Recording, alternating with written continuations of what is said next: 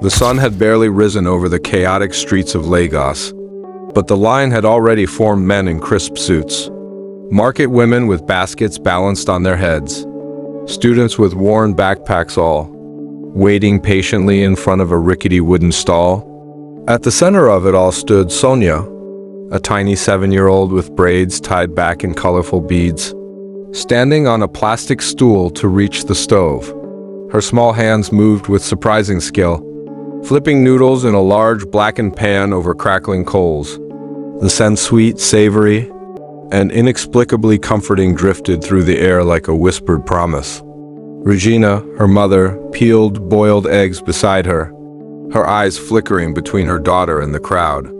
She smiled, but there was something guarded in her gaze, as if she were bracing for a storm. "Only 20 plates today," Sonia announced, her voice firm despite its childish lilt. "No more." A sweaty businessman in a rumpled suit groaned. "Come on, small girl. I'll pay double." Sonia didn't even glance up. "Uncle, even if you give me your car, it's still 20. Laughter rippled through the crowd. Regina's lips twitched. Then, from across the street, a sleek black SUV pulled to a stop. The man who couldn't eat. Inside the car, William Norsu sat motionless, his sharp eyes fixed on the stall. He hadn't eaten a full meal in 3 years. Not since the accident. Not since the night his parents' car had flipped, their blood staining his hands as he tried and failed to pull them free. Now even the thought of food made his stomach revolt. But this smell, it didn't just tease his appetite. It tugged at something deeper, a memory, a warmth, a life he'd lost. Without a word, he stepped out. By the time William reached the stall, the last plate was gone. Sonia looked up, her big brown eyes locking onto his. "Sorry, sir. No more today." Something in her gaze made his chest tighten. Then she grinned. "But I saved one for someone special." She handed him a small plate. "I think it's you." William sat on the wooden bench, staring at the steaming noodles. He took a hesitant bite, and then another, and another. Tears pricked his eyes. For the first time in years, he tasted something, not just salt or spice, but life. "You really like it?" Sonia giggled, watching him devour the food. William wiped his mouth, chuckling, "I do." She tilted her head. "Daddy!" His fork froze mid-air. Regina, who had been quietly packing up, stiffened. William forced a laugh. "That's a funny thing to call me." Sonia's smile didn't waver. "You feel like my daddy." A strange ache spread through his chest. Regina's hands trembled as she turned away. Days passed. William returned every morning, drawn not just by the food, but by Sonia's laughter, her stubbornness, the way she looked at him like she knew him. Then he saw it. A faded gold bracelet on her wrist, identical to the one in his drawer at home.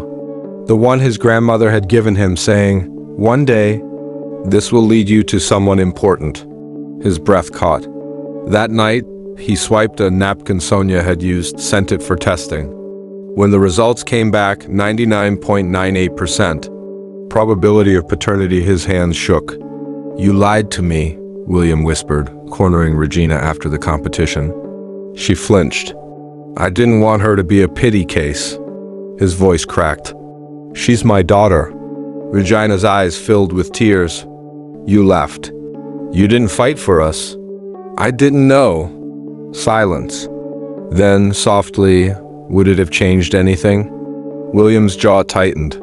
"Every damn thing."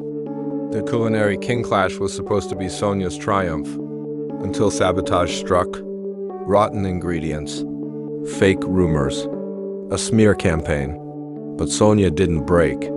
She cooked from memory, from love, from the scraps of survival she and Regina had known. And when the judges tasted her dish, one whispered, "This isn't just food, it's healing."